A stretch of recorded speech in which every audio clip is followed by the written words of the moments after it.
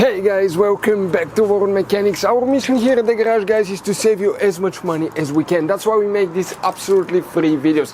Let's go ahead and start on it now.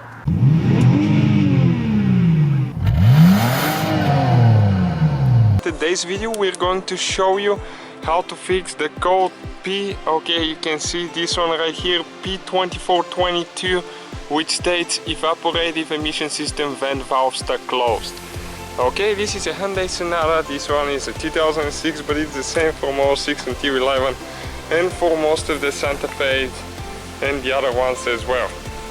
It's the same for 2.4 and 3.3 engines, so we need to remove the left rear tire, and now on the bottom right there we need to remove that screw with a Phillips screwdriver, 2 more on the bumper right there, and this is a clip, and this clip you just unscrew the middle part and then you pull it out of there, okay, like that.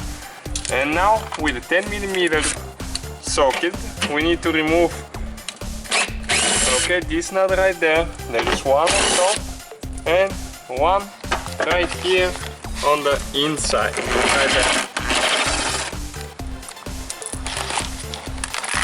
Okay, now we are ready to pull the fender liner out of there. Okay, you can see, you just pull it out of the bolts first so it can come out and the whole piece come out. Okay, now that's where your canister vent valve is located, right here. So now, in order to remove it, we need to use a 10mm wrench and we need to remove this nut right here.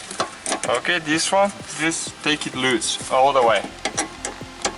Okay, we took the nut off and now you can pull it out of the bracket, and now we have one zip tie that we will need to cut and replace it with a new one in order to pull it down. Okay, we cut the zip tie and now that's the valve, and what we need to do, we need to undo this wire by pulling up and then pushing out. And now we have one hose that we need to remove right here. You need to grab both ends at the same time and just push the clamp out. The hose, they tend to be stuck if they've never been replaced, and you just pull it out. Okay, so this is the canister vent valve and that's what's causing the problem. It gets stuck here, so you need to replace it with a new one or another one, but we replace and we recommend using a new one.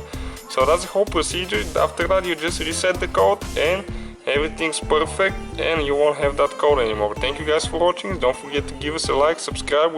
Hopefully guys the video was helpful. Please do not forget to comment, like, subscribe. That way we can keep making these absolutely free videos. Guys, we have more than 19,000 free repair videos on our YouTube channels that can, guys, save you thousands of dollars in future repairs. Check them out. Thank you guys for watching and see you next time.